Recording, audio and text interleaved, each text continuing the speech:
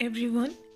In last video, we had talked about some aquatic habitats, in that ocean and ponds. Now today we are going to start our new topic, that is characteristics of organisms. So let's get started. So starting with characteristics of organisms.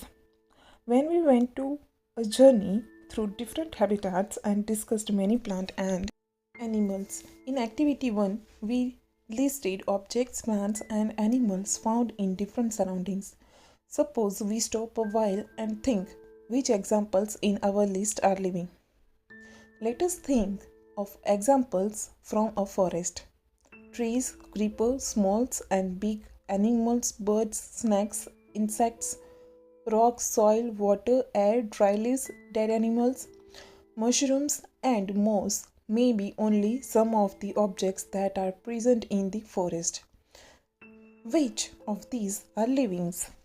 जैसे कि आगे हमने जितने भी animals और plants और different habitats के बारे में बात की, तो अगर इसमें से सिर्फ फॉरेस्ट की बात की जाए तो फॉरेस्ट में तो ये सारी चीज़ें इंक्लूड होती है, जैसे कि हमने एग्जांपल्स देखे।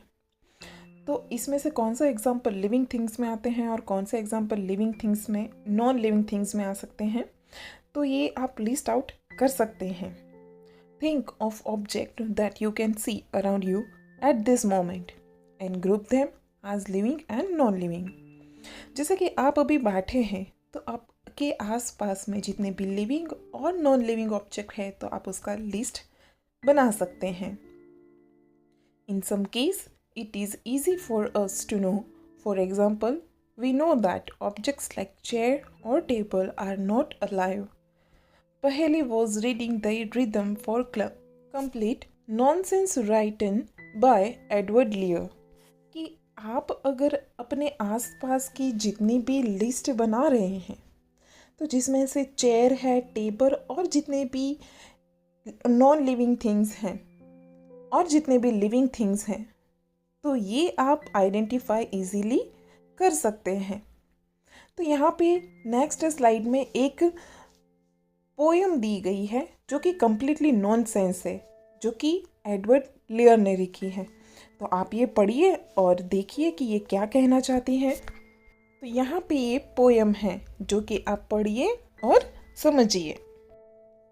पहेली एंड बोजो found the poem very funny because they knew that a chair or a table is not alive and it cannot talk or walk.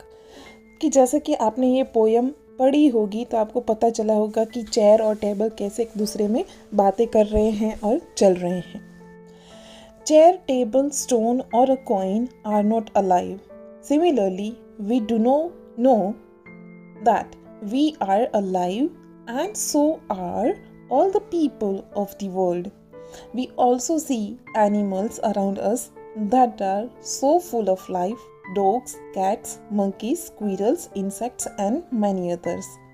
कि जैसे कि आप अभी ये चीज़ से वाकिफ़ हो गए हैं कि कौन सी थिंग्स अलाइव हैं और कौन सी थिंग नॉन अलाइव है, तो वैसे ही आप और दूसरे पीपल्स जो कि लिविंग थिंग्स हैं, वैसे ही एनिमल्स की बात की जाए तो जितने अपने आसपास में हम जो रेगुलर लाइफ में देखते हैं, dogs, cat, monkey, squirrels, insects, ये सारे लिविंग ऑर्गेनिजम्स हैं। How do we know that something is living? Often it is not easy to decide कि अभी हम ये पता कैसे चलेंगे कि कोई भी चीज़ लिविंग है कि जिसको आइडेंटिफाई करना थोड़ा मुश्किल हो। We are told that plants are living, but they do not move like a dog or a pigeon. कि जैसे कि हमने तो ये बोल दिया कि भाई प्लांट है वो लिविंग थिंग है, पर वो तो मूव नहीं करता, रन नहीं करता जैसे कि बाकी एनिमल्स करते हैं। On the other hand, a car or a bus can move. Still we consider them as a non-living. कि जैसे कि हम कार और बस की बात करते हैं तो वो तो मूव होती है, पर हम फिर भी उसको नॉन लिविंग थिंग्स के अंदर कैसे कंसिडर करते हैं? Plants and animals appear to grow in size with time, but then at a time clouds in the sky also seems to grow in size. Does it mean that clouds are living? देखिए, जैसे कि plants और animals हैं तो वो time के साथ grow करते हैं, उनकी साइज इंक्रीज होती है। पर जैसे ही आप आसमान में देखेंगे कि क्लाउड्स जा रहे हैं, बादल जा रहे हैं, तो उसकी भी साइज बढ़ती जाती है। तो क्या वो लिविंग थिंग्स हैं? No. So how does one distinguish between living and non-living things? Do living things have some common characteristics that make them very different from the non-living? कि जैसे कि लिविंग थिंग्स होती हैं तो उसके कुछ कॉमन कैरेक्टरिस्टिक्स तो होते होंगे कि जिससे हम ये पता लगा सके कि भाई ये लिविंग थिंग है या तो ये नॉन लिविंग थिंग है। तो ये डिफ्रेंशिएट हम कैसे कर सकते हैं? You are wonderful example of a living being, कि आप एक बहुत ही वंडर्ड एग्जाम्पल है एक लिविंग बीइंग का। What characteristics do you have which make you different from a non-living thing? कि आपके अंदर ऐसे कौन से कैरेक्टरिस्टिक्स हैं कि जो आपको और नॉन लिविंग थिंग को अलग बनाती है? List a few of these characteristics in your notebook, कि इसमें से कुछ कैरेक्टरिस्टिक्स आप अपनी नोटबुक में लिखिए। Look at your list and mark those characteristics that you have listed, which may also be found in animals or plants. कि आपने जितनी भी लिस्ट बनाए हैं उसमें से आप नोटिस कीजिए कि कौन सी एनिमल्स के लागू पड़ती है, कितनी प्लांट्स के ऊपर लागू पड़ती है।